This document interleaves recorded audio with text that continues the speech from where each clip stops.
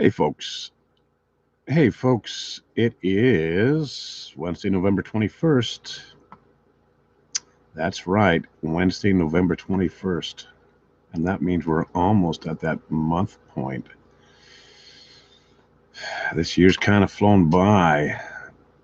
Anyhow, it's Gary Gilbert here yet again, as you will be seeing quite a bit of me in the near future. And tonight's topic is going to be about synthesis social again. We're trying to get as much details out for you in small doses so you can actually absorb it well enough and come to learn all there is to learn about synthesis Canada, synthesis social, and what the whole synthesis concept or movement is all about. And regarding that, I wanted to talk for a minute about some of the features on synthesis social, and specifically one really important one that I think is a very good. I almost want to say make or break sort of feature. One of the problems that excuse me, one of the problems that we run into all the time on social media, whether it be Facebook or YouTube or Twitter or all these wonderful things, is that there is an abundance of folks who love to create fake accounts and troll. And my issue isn't so much on a personal level from the fact that they have the ability to create a fake account. I think that if you want to preserve your information from prying eyes, then that should be your choice or your right to choose. Delving into the idea of privacy, especially in today's environment, especially online, well, that's best kept for another topic, for another day, for another discussion. But on the surface, you have that illusion or feeling of anonymity by being allowed to create a bogus account. Sometimes people do it for good reasons. Sometimes they do it for bad reasons. Sometimes they do it simply because they're bored and they want to use that account to do something nefarious or simply troll just out of boredom, or whatever the case may be. There's all kinds of reasons and all kinds of people that use all kinds of concepts to justify that. But the one thing they don't have is the same thing in reverse. Facebook, for instance, doesn't really verify the individual. Twitter, same thing. They have very loose verification rules. So what we've done with Synthesis Social is we've created this system to integrate into the overall that allows you to choose to become verified. There's several ways to do that. You can, if, for instance, one of the moderators or admins happen to know you, for instance, they've been on video stream or video conference with you, and they know what you look like, they know your name, and then all of a sudden you create an account with that name and they say, oh yeah, I know that guy. That's one way. Another way is if you took your phone and, for instance, took a quick snapshot of your ID, of a picture ID that's valid.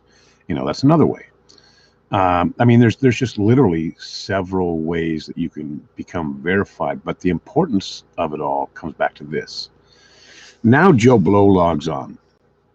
Maybe Joe Blow made a real account. Maybe he made a bogus account. Doesn't really matter. The average Joe user logs on, and he's scrolling through the people, and he's seeing the posts, and he's checking out their profiles, and depending on the settings that the individual person used, they might have access to their profile or they might not. Now, if they come across somebody and they see this little verification badge, they know that that person is actually who they say they are. It's not a bogus account, not a fake account. It's a genuine account. This applies to not just your profiles, but also your pages and your groups, your campaigns, and all kinds of stuff. Now, the cool thing is verification isn't needed to cruise the site, to gain access to the site, to use the features. The verification isn't for us. again, this comes back to the overall concept of what synthesis is about. We don't give a shit, whether you're making a real account or a fake account. If we choose to get to know you, we're going to get to know who you are and blah, blah, blah. We'll engage, we'll talk, all those wonderful things to get to know somebody. But for the average Joe user, if he sees somebody making a post and he wants to know whether they can be trusted or not, or whether that group is actually real or not, or maybe even, because we've seen this multiple times, maybe somebody made a profile that was, I don't know, yours. They took your name, your pictures, and they made a new profile just to go and harass or troll or whatever the case may be, cause problems. This defeats that. Not 100%, but as close as you can get in the environment. Because now when you see that verification badge, you'll know that that person and that account is who they say they are. That group and the person that created it is genuinely that person. If they do a campaign of some form, that campaign is legit because that person has been verified.